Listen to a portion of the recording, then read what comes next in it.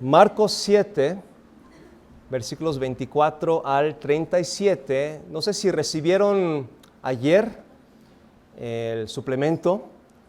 Ahí hablamos un poco acerca de las diferencias de la voluntad de Dios soberana, moral y relacional. Vimos un poco, les expliqué un poco acerca de la posible ruta de lo que vamos a ver en este día. Y también es muy importante entender que estas dos ciudades donde Jesús fue son posiblemente las dos ciudades más ricas en esa región. Ambos porque eran el punto donde comienza el comercio, ya sea para el mar Mediterráneo en Tiro o también en Decápolis hacia el Medio Oriente. Entonces, es lo que encontramos en este día. No vamos a leer ahorita para comenzar, porque vamos a leer conforme comencemos el estudio. Estamos en Marcos 7, versículos 24 al 37. Fe humilde. Fe humilde. Estaba preparando este mensaje y hay muchas veces en las que los mensajes son un reflejo de lo que yo necesito personalmente en mi vida, y ciertamente ese mensaje lo fue así. Sin meternos de hecho, en ningún detalle,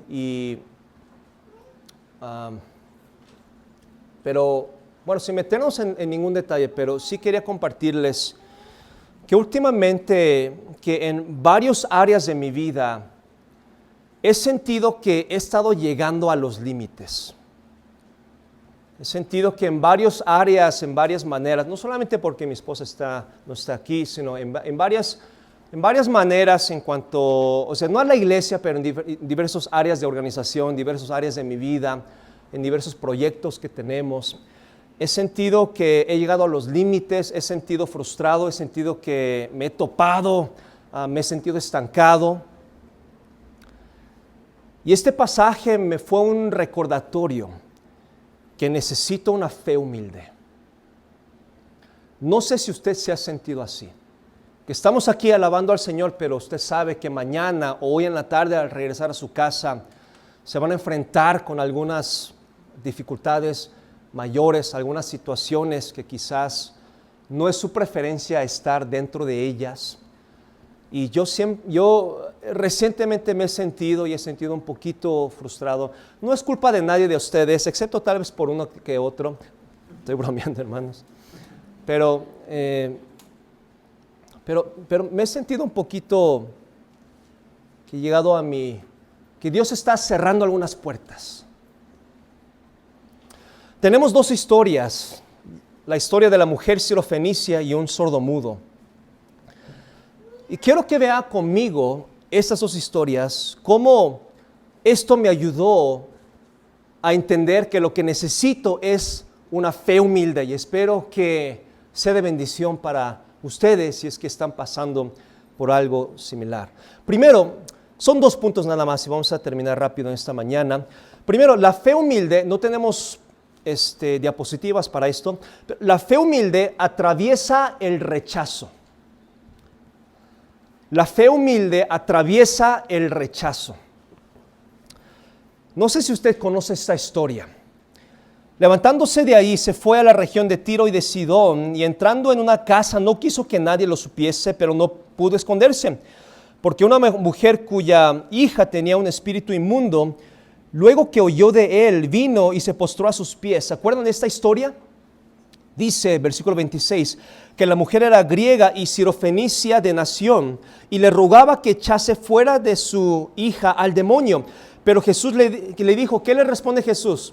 Esta frase que todos conocemos, que dice, deja primero que se sacien los hijos, porque no está bien tomar el pan de los hijos y echarlo a los perrillos. Ahora, sin entender el contexto, sabemos que es Jesús, pero tal vez nuestra primera reacción en el idioma de Chilangolandia, diríamos, se pasa. Sí se pasó de lanza. La mujer sirofenicia, es muy importante esos detalles. Ella vive en un área que se llama Sidón y de Tiro. Es un área costal, son ciudades costales. Es gentil, es una mujer y es una madre con necesidades urgentes.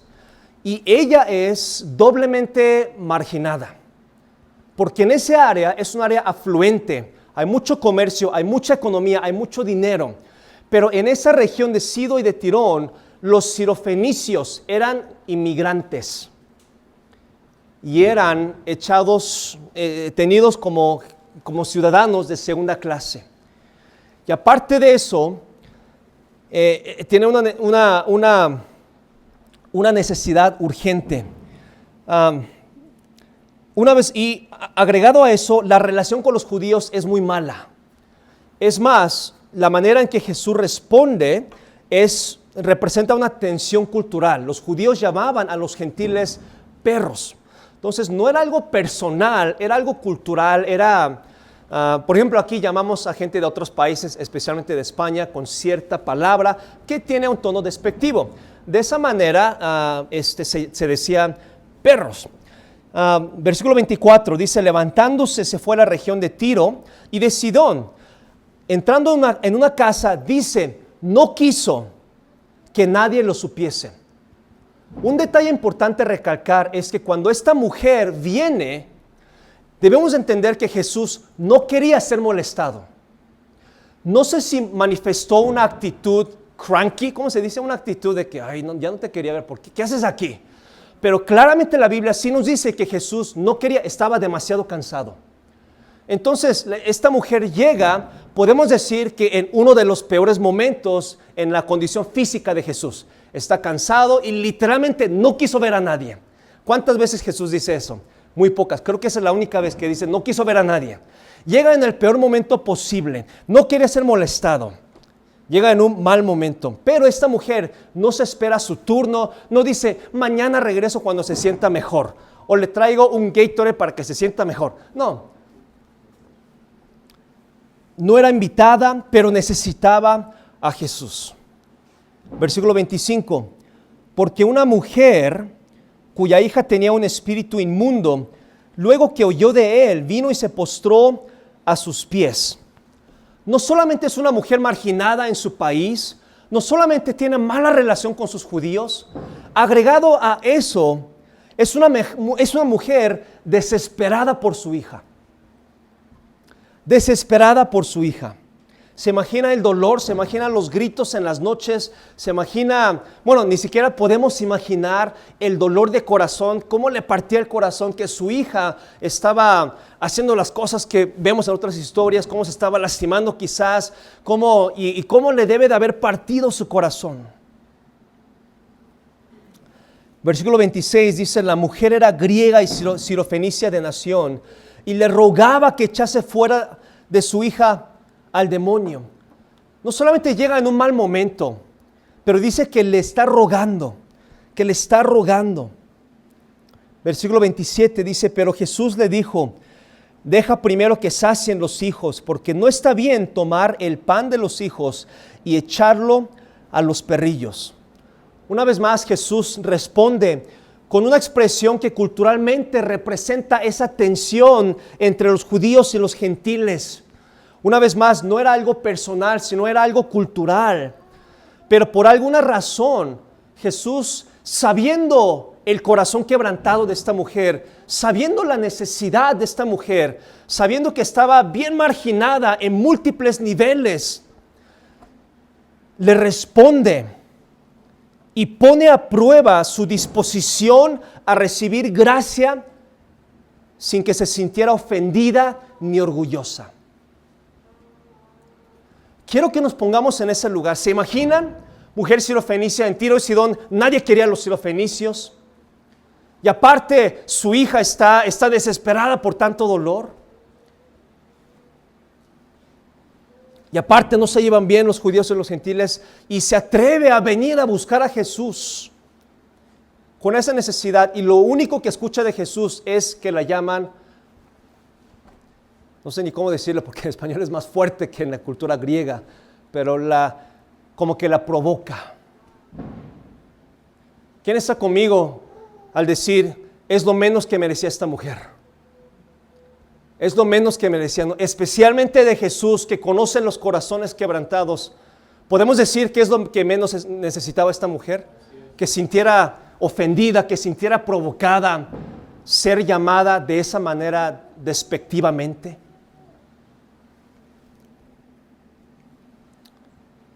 Pero por alguna razón pone a prueba esa disposición, porque sí fue provocativo.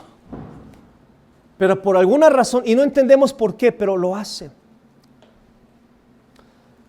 Y por eso fue cuando entendí, esta mujer al llegar a Jesús, sabemos que tenía fe. Tenía fe. Pero lo que me cayó el 20 fue lo siguiente. Tenía una fe humilde. Muchos tenemos fe, pero hay que no nos ofendan. Hay que las cosas sucedan como yo quiero que suceda. Y fue cuando me di cuenta, Señor, es cierto. Hay muchas veces que decimos tener fe, pero no es una fe humilde. Esta mujer necesitaba de tremenda humildad para estar en ese lugar, discípulos mirando, posiblemente con ese tono, con esa cara un poco despectiva. Mira, otro gentil, otra, de esa manera, ¿no? Seguramente sintió las miradas de desprecio. Y esta mujer tener que estar ahí, y vino sola, dejó a su hija, vino sola, y tener que enfrentar estas palabras un poquito ofensivas, quizás le dolieron un poco más en su corazón, y tuvo que aguantárselas.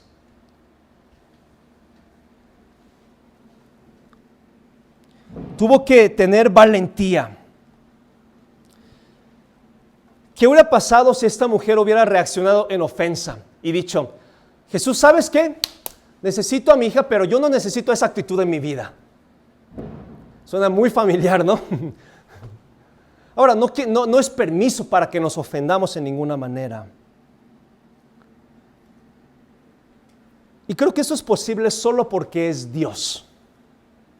Él sabía lo que estaba haciendo.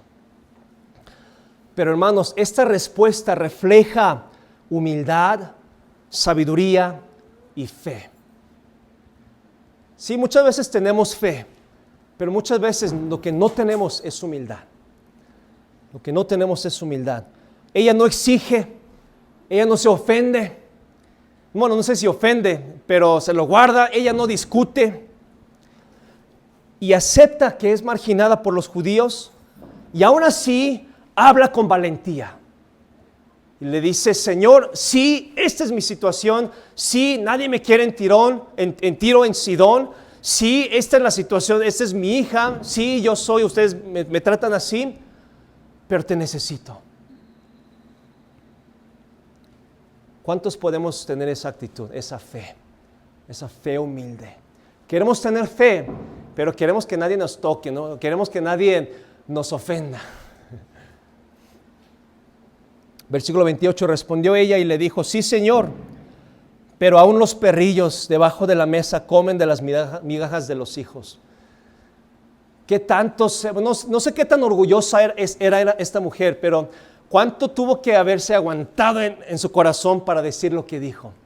Sí, Señor, entiendo lo que tú dices, y sí, yo reconozco mi situación, reconozco lo que está pasando. Una fe humilde no discute.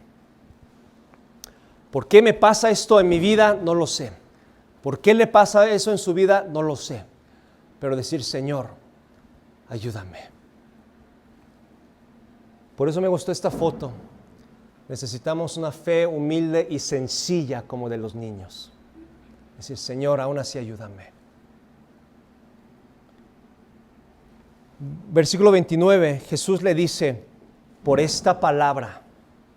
Él sabía que estaba provocando, pero dice, por la manera en que respondiste, por tu sabiduría, por tu humildad, y claro que sí, por la fe que demostraste.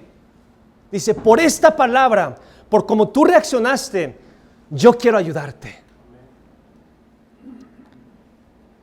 Y por eso últimamente me he dicho, Señor, no sé cómo vamos a salir de esta, pero ayúdame. Y por eso, hermanos, estoy delante de ustedes con cierta paz. Porque esta mujer sirofenicia ha sido de ejemplo para mi vida. Nadie me ha llamado perro. Yo no tengo un hijo endemoniado. ¿O sí? Creo que los mexicanos no me odian tanto como odiaban a esta mujer. Me gustan los tacos. Creo que me van muchas cosas mejor que a esta mujer. Y si esta mujer en esa situación pudo venir y decir, sí, Señor, pero aún así necesito tu ayuda, yo puedo confiar en el Señor. Creo que nosotros podemos seguir diciendo, Señor, sí, mi situación está así, pero podemos seguir adelante. Jesús se complace con su actitud, con su fe humilde, e inmediatamente su hija es sanada. Yo no espero que Jesús inmediatamente resuelva todos los problemas. De hecho, si leyeron anécdotas hoy, se trata un poco acerca de eso. Yo sé que Él va a fortalecer mi fe. Yo sé que cuando mi vida termine, yo estaré gozoso y feliz con el Señor, Señor, lo que me has permitido, aún con todas las pruebas, te doy gracias porque me ayudaron, me fortalecieron y pude caminar con fe. Y esa es mi esperanza. Entonces, el punto importante para concluir este primer punto, hay veces Dios nos quiere en una posición de humildad, pero hermanos, les recuerdo, no es negar la dignidad como persona. Esta mujer pudo sentir que su dignidad estaba ofendida, que le estaba tratando sin dignidad, pero yo no creo que es lo que Jesús estaba tratando de hacer. A veces necesitamos humildad, pero eso no quiere decir que tenemos que perder la dignidad de quiénes somos, de nuestra identidad delante del Señor. Y también por eso, incluyéndome, hermanos, aquí en nuestra iglesia, los líderes espirituales no deben de abusar de una fe humilde de un hermano o una hermana. Es más, debemos de tratarlos con mayor reverencia y humildad. Entonces, la fe humilde atraviesa rechazos. ¿Se ha sentido así que dice, Señor, esto ya es demasiado? Yo creo que ya no puedo más. Pero una fe humilde atraviesa todo eso y dice, Señor, aquí sigo. Aquí sigo. Que nosotros podamos ser una iglesia, no que carezcamos de problemas, bueno, esperemos, pero que a través de ello podamos dar ese testimonio. Quizás no en la comunidad, porque no conocen, pero ¿qué tal con nuestros familiares? ¿Qué tal con nuestros vecinos, con nuestros amigos? Podamos dar ese testimonio, que a través de todo eso, que nosotros podamos mantener esa fe humilde y seguir adelante. Y en segundo lugar, y para terminar, la fe humilde reconoce a Jesús sin importar su estatus social. Encontramos otra historia. Estábamos en Sidón y en Tiro, y se da una vuelta por el norte y llega por el otro lado de Decápolis, cerca del mar Galilea. Versículo 31 lo retomamos, dice, volviendo a salir de la región de Tiro, vino por Sidón al mar de Galilea, pasando por la región de Decápolis. Entonces cruzó todo el mar Galilea por el norte, y Decápolis no está en el sur, sino es toda la región, es como decir Estado de México, ¿no? Entonces pasó por ese área y está llegando cerca del mar de Galilea. Ahí es donde encontramos la historia del hato de cerdos, donde, ahora, Decápolis era muy rica, porque hasta incluso se acuerdan, bueno, no sé si se acuerden, recibían protección de las legiones romanas. Por eso es que existía un hato de 2,000 cerdos, ¿se acuerdan? Para alimentar todo eso. Y recibían protección romana, había mucho comercio ahí. Y estamos en ese lado, una ciudad afluente. Y Jesús llega a un contexto gentil y rico, pero sabía que espiritualmente estaba igual de necesitado. Ahora quiero que noten otra historia. Versículo 22. Y le trajeron un sordo y tartamudo. Ahora, podemos decir, pues sí, él sanaba a gente que tenía necesidades, pero quiero que noten la diferencia en esta historia. Dice, y le rogaron que le pusiera la mano encima. En primer lugar, no es este hombre quien está rogando, son la gente que le trajeron quien le está rogando. Y la pregunta es, ¿fue su familia quien lo trajo o era alguien con dinero? Una vez más, Decápolis era un área donde había mucho desarrollo económico, y la creencia entre los comentaristas es que probablemente tenía recursos o tenía valor en la comunidad. ¿Por qué? Dice, y le rogaron que le pusiese la mano encima. ¿Por qué llegamos a esa conclusión? Porque si encontramos un patrón en el en los evangelios, si hubiera sido familia o amigos, es muy probable que se hubiera mencionado de esa manera. Porque en el resto de las historias lo encontramos así. Solamente hay una o dos historias más donde aparece en incógnito, como este. No es definitivo, pero una vez más, cuando hay un vínculo relacional se menciona. Y si no es familia, y si no son amigos, ¿por qué rogaron por él? ¿Por qué rogaron por él? Porque posiblemente él era alguien que sí tenía recursos, tal vez era alguien que era muy valorado en la sociedad, pero lo que sí sabemos es que era alguien apreciado por las personas. Era alguien apreciado por las personas.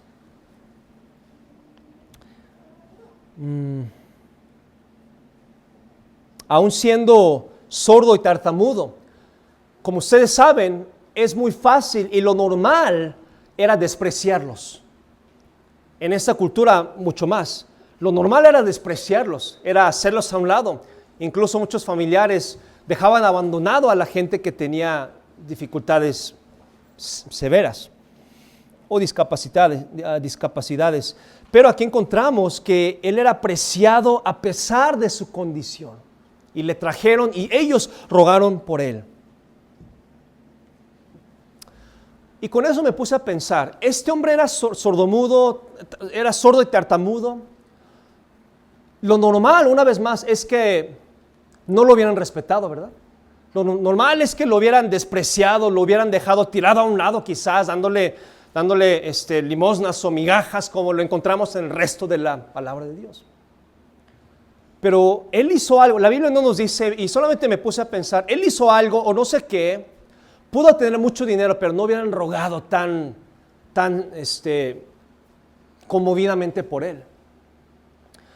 Y me puse a pensar, ¿qué debilidades tenemos nosotros, que nos hace pensar que la gente no nos va a apreciar? Que la gente no nos va a respetar. Pero bueno, haciendo eso a un lado, seguimos con la historia. Versículo 33 dice, y tomándole aparte de la gente, metió los dedos en las orejas de él y escupiendo tocó su lengua. Y levantando, versículo 34, los ojos al cielo, gimió y le dijo, éfata, es decir, sea abierto. Lo que sabemos de esta historia es, no vamos a meternos en los detalles que qué significa todo eso. No, lo que sí sabemos es que Jesús tuvo compasión de esta persona. Él tuvo compasión de esta persona. No sé si fue al ver su condición o no sé si es porque veía a la gente cuánto lo apreciaban, cuánto rogaban por él. Y me pregunto, ¿qué habrá visto Jesús? Alguien valorado, ¿no? Alguien limitado quizás, pero alguien valorado. Y algo que no aparece es, ¿cómo habrá sido la actitud de este sordomudo? No está hablando, pero ¿cómo creen que fue su actitud? ¿Orgullo? ¿Lo llevaron en contra de su voluntad? Obvio no. Bueno, no es obvio, pero casi es obvio, ¿no? Yo pienso, tuvo una fe humilde. Tuvo una fe humilde. Él ni siquiera podía valerse por su vida. Ni siquiera pudo hablar por su cuenta. La gente que lo llevó, que ni siquiera fue su familia, creemos, tuvo que rogar por él. Yo pienso a este hombre tartamudo y sordo, viendo a Jesús con una fe humilde. Señor, te necesito. No lo puedo mencionar, pero te necesito.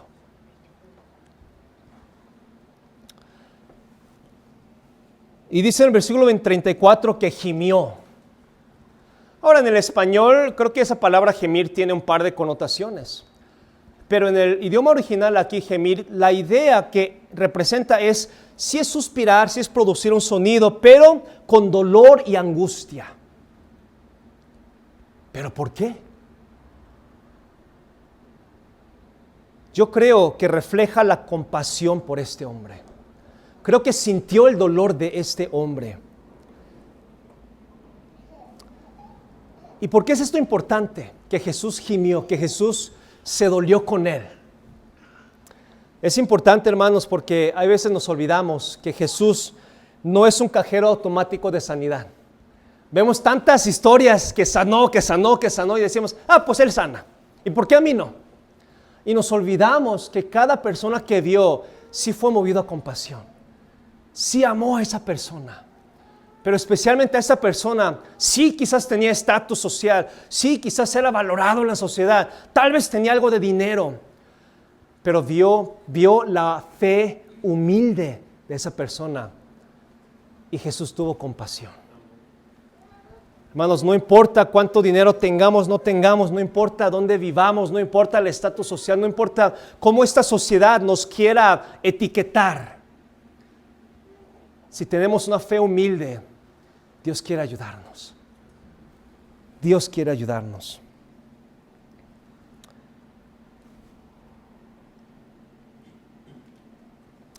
¿Por qué tuvo Jesús compasión de alguien que estaba bien posicionado en la sociedad, respetado, valorado, que era gentil?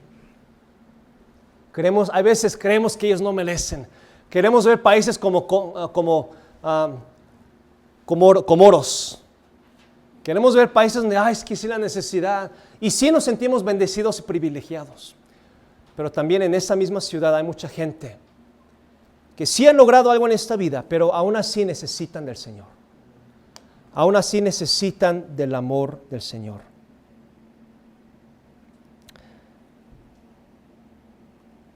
La fe humilde reconoce que necesitamos a Jesús, no importa la condición. Entonces, encontramos, yo creo, en esas dos historias, dos extremos. Una mujer doblemente, triplemente marginada, que tuvo una fe humilde y Dios la amó, Dios le ayudó. Por otro lado, encontramos en este extremo que posiblemente era alguien de una clase social bastante alta, o al menos tenía gente que lo traía y que lo apreciaban, pero que también que reconoció que necesitaba a Jesús. Yo no sé por qué esté pasando usted en su vida. Se ha sentido en los límites de su capacidad quizás, de su habilidad, de lo que usted puede hacer.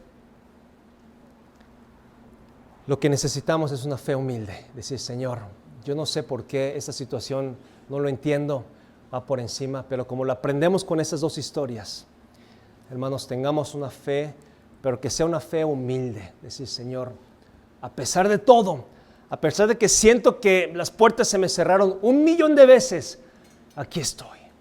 A pesar de que siento que nadie me entiende, o quizás, a pesar de que quizás me está yendo cosas bien, pero reconozco, Señor, con toda humildad, que sin ti no puedo seguir adelante. Que Dios nos ayude a tener esa fe humilde.